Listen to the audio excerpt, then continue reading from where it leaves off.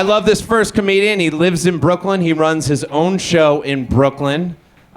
He writes for Best Week Ever. He's a great comedian and a good person. Ladies and gentlemen, please give a big round of applause, if you would, for the very funny Brendan McLaughlin is here, everybody.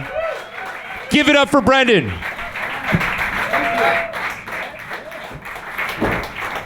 Let's hear it for your host, Greg, one more time. Good to be here. Yeah, thanks. Yeah, I love this show. It's good to be here. I've never started a show by saying, I don't like it here. I wish I was somewhere else. One thing I've found about myself is that I like being an adult. And one of the things I like is I like the way we make friends now. You know, like you meet somebody at work or at a function, you maybe get a drink, you take it from there. I didn't like the way that worked when we were kids. Because the way it worked when we were kids was you'd meet somebody at school, you'd get along, and then the next step immediately after that was you'd go to their house and meet their whole family. It's like, hey, I had fun playing tag with you. Wanna watch my dad scream at my mom? Like, oh, okay. The two things I know about you are you're good at Frisbee and your parents would be happier if they got divorced. That's too much. You're not supposed to learn those details about a person right after meeting them. Like, I would never do that now. Like, I would never see another comedian and be like, you know, you were really funny up there. Want to come over later? My girlfriend just left me and she's coming by to pick up some of her stuff. I thought the three of us could hang out, get to know each other. It'll be really fun. I think it's weird that George Clooney is still the symbol of all of singledom.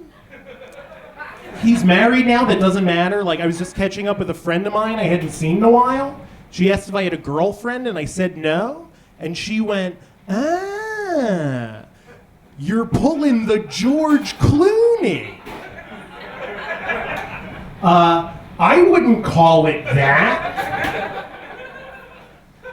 Like, is anyone who's single for a long time George Clooney?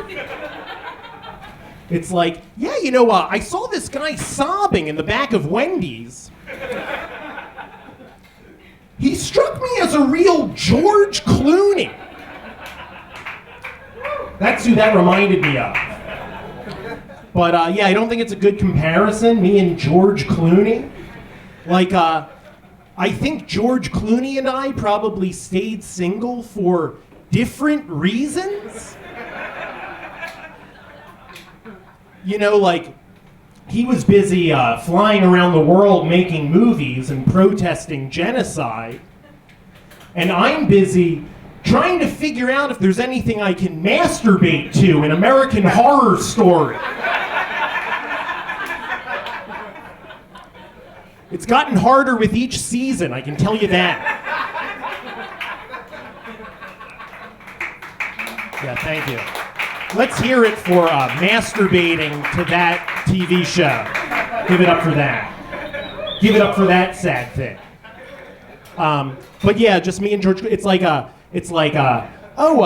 you gotta meet my friend Brendan. He's just like George Clooney.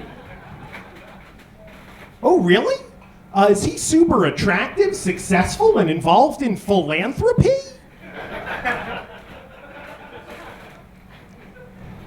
No. But he does have no one to share his life with. So yeah, couple of peas in a pod, those two. Pretty much the same guy. I've found, I don't know about you guys, but living in the era of Facebook and Twitter, I'm getting really tired of knowing what everybody thinks about everything all the time. Like for instance, like after the Oscars this year, my entire Facebook feed was people being like, ugh, I can't believe this thing won. I wanted this other thing to win. It's like, oh, did they not ask you? Huh. That's interesting, huh? It's almost as if your opinion does not matter. Yeah. Maybe you should stop sharing it all the time. Like, I can't help but think life might have been more bearable when things would just happen and you didn't have to see everybody's annoying thoughts and complaints about it after it happened. You know, like if you lived way back in the day, you would never have to see like a Facebook update like, ugh, I can't believe they drowned the moonshiner's daughter for being a witch. I wanted them to drown the blacksmith's daughter. This is bullshit. Or like, great, scurvy again. I never should have let father persuade me to voyage to the new world. Or people always disappoint you. The man leading my wagon train said he knew a shortcut, and now we have to caulk our wagon across a ravine. Hashtag, so that's happening.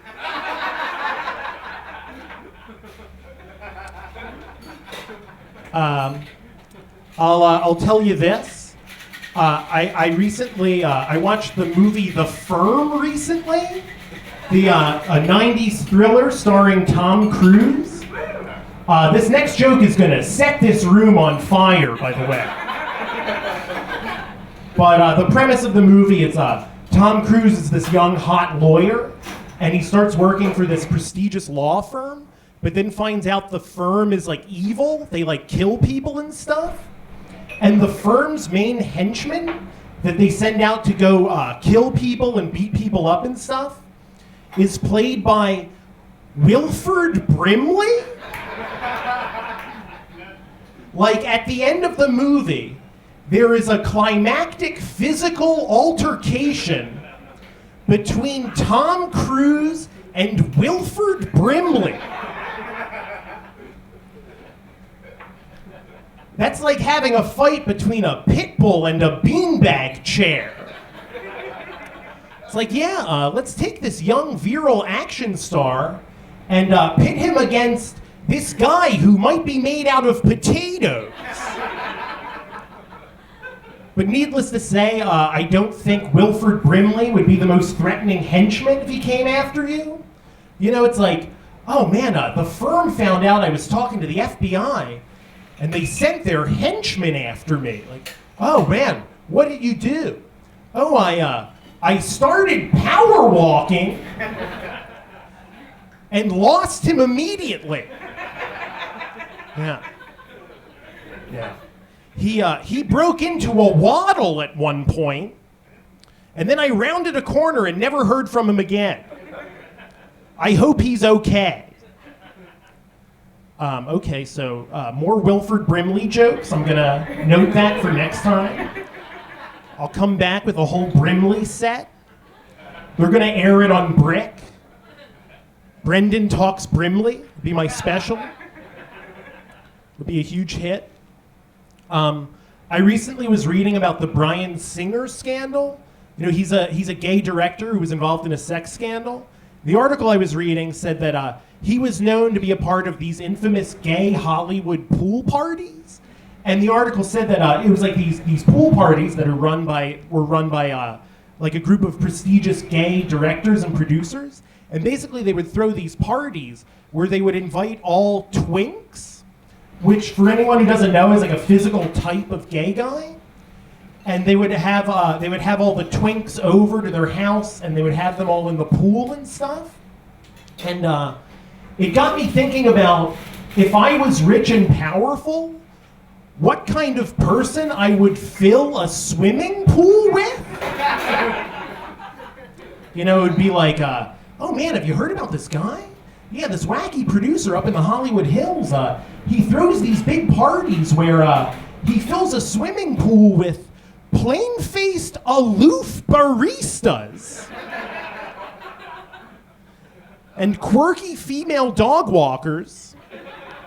Yeah, he just hands out knit caps and has them in the pool and just spends his days doing cannonballs into his type. It's very decadent.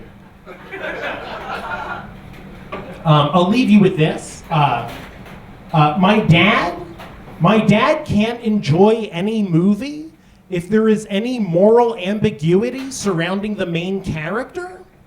So in other words, it has to be very black and white, like good guys, bad guys. Anytime the main character is like a criminal or kind of a low-lifey character, like a never-do-well type character, anytime it's a movie like that, my dad's review of movies like that is, that was just a bunch of losers losing.